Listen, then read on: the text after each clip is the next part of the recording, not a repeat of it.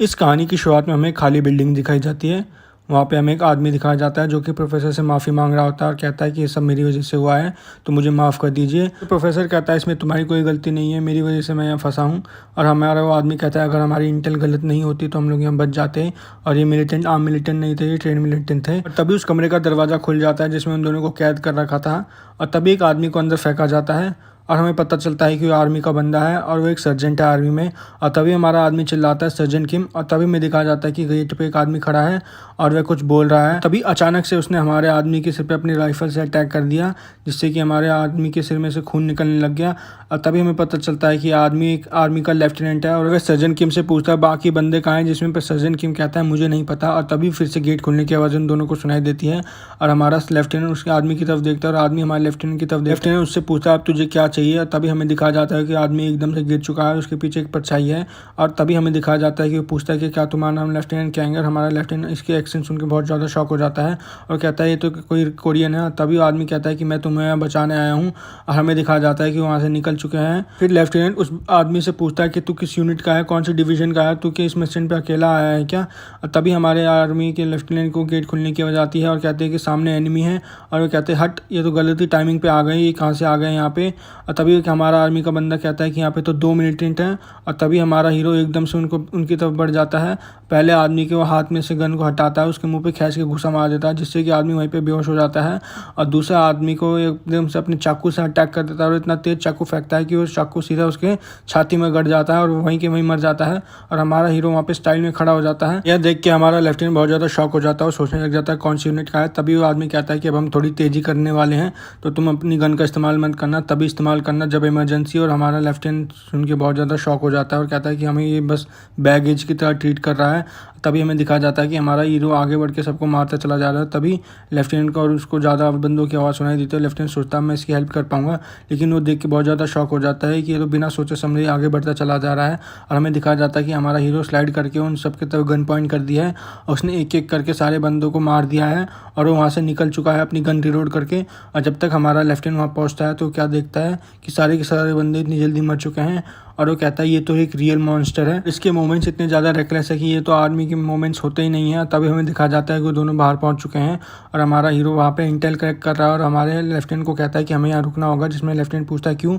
और तभी वो बताता है कि पीछे देखो। हमें दिखाया जाता है कि उसका आर्मी का बंदा प्रोफेसर बहुत ही ज़्यादा थक चुके हैं और हमारा लेफ्टिनेंट कहता है शिट, मैं तो ये भूल ही गया था। और तभी लेफ्टिनेंट सोचता है कि इसका मतलब है सब कुछ प्लान करके चल रहा था और वो उसकी आंखों की तरफ देखने लग जाता है और सोचने लग जाता है इसको ढंग से कोरियन बोलनी भी नहीं आती, पर ये पक्का कोरियन है। लेफ्टिनेंट हमारे हीरो से पूछता है क्या तू कोरियन है, और हीरो हमारा लेफ्टिनेंट सोचने लग जाता है हाँ ये कोरियन ही हो सकता है।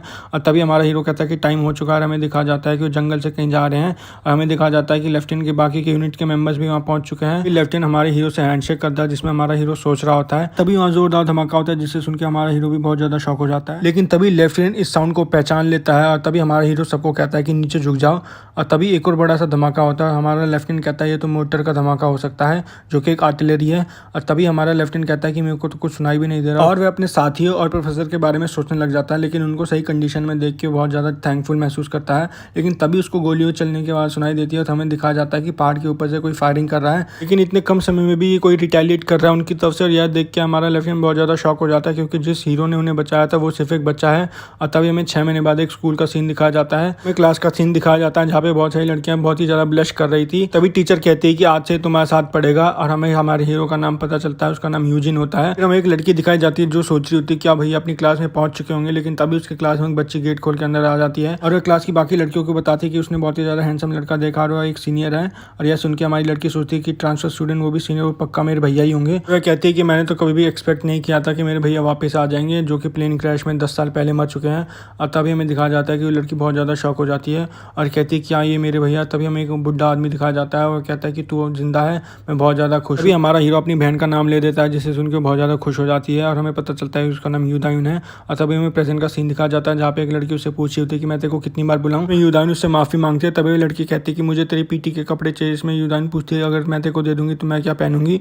और तभी वह लड़की कहती है कि तेरी हिम्मत कैसे होगी जहाँ हमारे से ऐसे बात करने की। और उन दोनों की बातें क्लास में खड़ी बाकी लड़कियां सुन रही होती है। तभी वो यूदाइन के खींच के थप्पड़ मार देती है, जिसे देख के क्लास में बाकी सारी लड़कियां शॉक हो जाती हैं।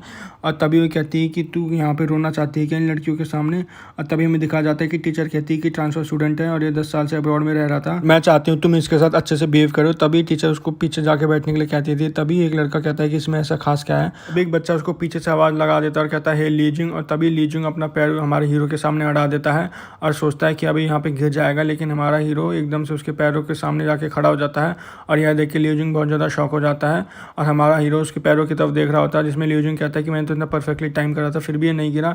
और तभी हमारा हीरो उसकी तरफ देखने लग जाता है और लीजिंग कहता है कि इसके मेरे को ऐसे घूर क्यों रहा है, क्या ये मेरे से लड़ना चाहता है। तभी हमें एक फ्लैशबैक दिखाया जाता है जहाँ पे लेफ्टिनेंट हमारे हीरो को समझा रहा होता है कि कोरिया में बिल्कुल भी फाइट में एंगेज मत होइए, जिसमें हमारा हीरो कहता है इतना तो मेरे को पता ही है, मैं किसी भी फाइट में एंगेज क्यों हूँगा क्योंकि मेरे को उस जगह के बारे में पता नहीं है। तभी ये सुन के हमारा लेफ्टिनेंट कहता है कि नहीं मैं ये नहीं कह रहा था, जिसमें हमारा हीरो कहता है मेरे को पता है क्योंकि मैं 10 साल से ट्रेनिंग कर रहा हूँ। जिसमें हमारा लेफ्टिनेंट कहता है ठीक है बहुत हुआ, और वो कहता है कि मैं तेरे बारे में टेंशन नहीं कर रहा, मैं उसके बारे में टेंशन कर रहा हूँ, मेरे को पता है कि तू उसको जान से मार देगा।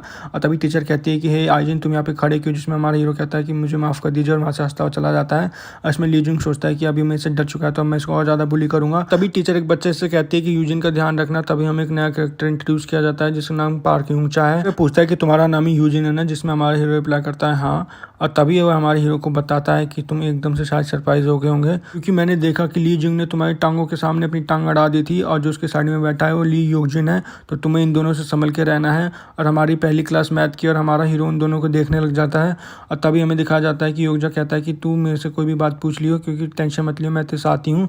और तभी हमें दिखाया जाता है कि टीचर क्लास में आ चुका है और उनकी पढ़ाई स्टार्ट हो चुकी है और हमारा एपिसोड यहाँ पे खत्म हो जाता है। लाइक शेयर एंड सब्सक्राइब और उसका नेक्स्ट बार जल्दी आएगा, तो स्टे ट्यून।